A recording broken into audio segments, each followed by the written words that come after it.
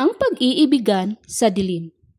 Sa isang mundo ng mga koneksyon at teknolohiya, nagtagpo ang landas ng dalawang puso sa isang online dating platform.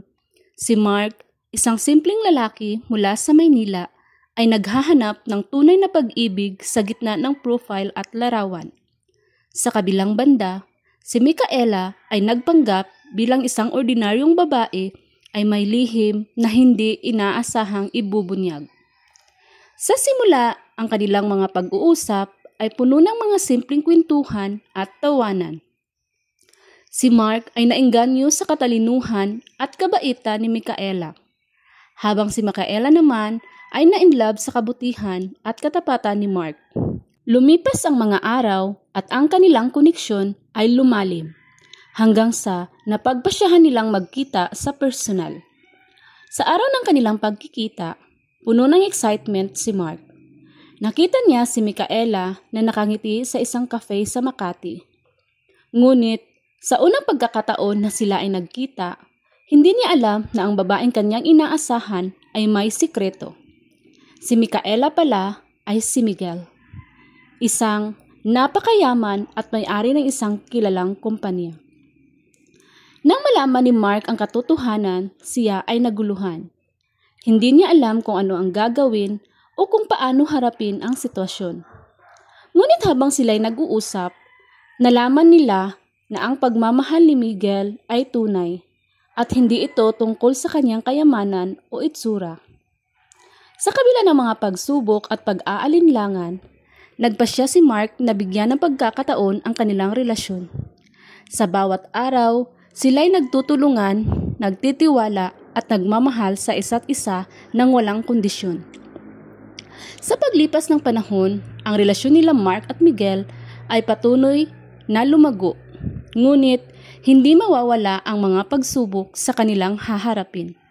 Ang pamilya ni Miguel ay hindi sang-ayon sa kanilang relasyon dahil sa estado ng buhay ni Mark.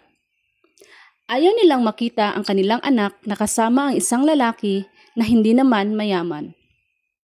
Isang araw, tinawagan ni Mark si Miguel. Hindi niya ito makontak sa buong araw. Nang sagutin ito ni Miguel, narinig niya ang boses ng isang babae sa background na nag-aaway sila. Nag-aalala si Mark kaya't agad niyang tinanong si Miguel kung okay lang ba ito. Sinabi ni Miguel ang kanyang kapatid na babae ay naroon at pinipilit siya nitong putulin ang relasyon nila ni Mark. Dahil dito, nagpasya si Miguel na harapin ang kanyang pamilya at ipaglaban ang kanilang pag-ibig. Sinabi niya sa kanila na mahal niya si Mark at handa siyang iwan ng lahat alang-alang sa kanilang relasyon. Nagdadalawang isip ang pamilya ni Miguel, ngunit nang makita nila ang pagmamahal nila Mark at Miguel, unti-unting nawala ang kanilang pag-aalinlangan. Nang maglaon, sila'y nagkasundo at tinanggap nila si Mark bilang bahagi ng kanilang pamilya. Matapos ang maraming pagsubok, naging matatag ang relasyon nila Mark at Miguel. Matapos ang matagumpay na pag-aasawa, naging matatag ang relasyon nila Mark at Miguel. Isang araw, nag-usap sila tungkol sa pagkakaroon ng anak. Hindi sila sigurado kung handa na sila sa responsibilidad ng pagiging magulang. Ngunit sa kanilang pagtutulungan at pagmamahalan sa isa't isa, nagpasya silang mag-ampo ng isang bata. Pagkatapos ng mahabang proseso, nakahanap sila ng isang batang lalaki na nagngangalang Jumar. Siya ay isang matalinong bata na puno ng pag-asa at pangarap. Agad na umibig sila Mark at Miguel kay Jumar at ginawa nila itong bahagi ng kanilang pamilya. Sa simula, may mga pagsubok na dumating dahil sa adjustment ng bagong buhay ni Jumar. Ngunit sa pagtutulungan nila Mark at Miguel, unti-unti naging komportable si Jumar sa bagong tahanan.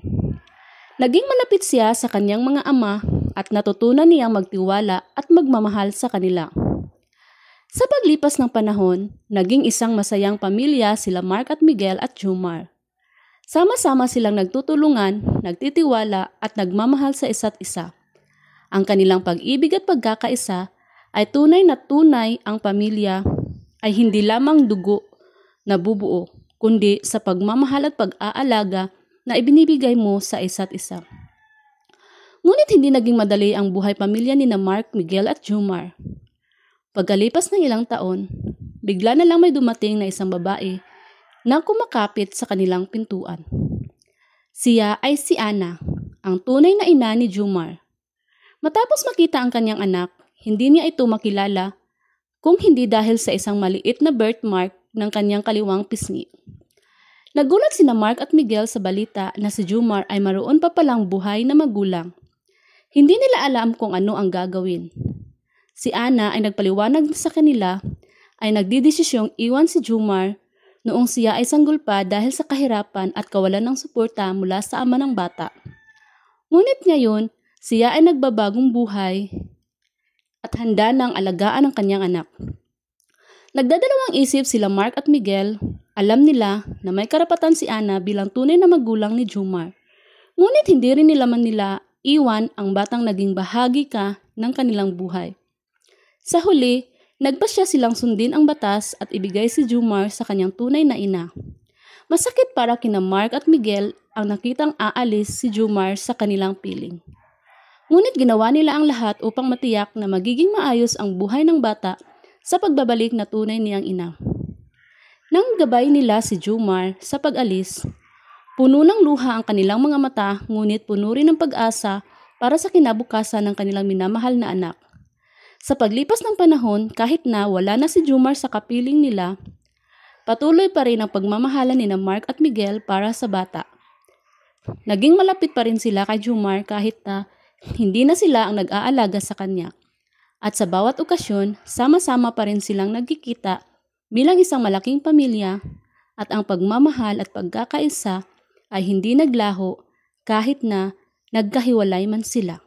Maraming salamat sa panunood. Sana i-subscribe ninyo ang aking YouTube channel. God bless and more power sa ating lahat.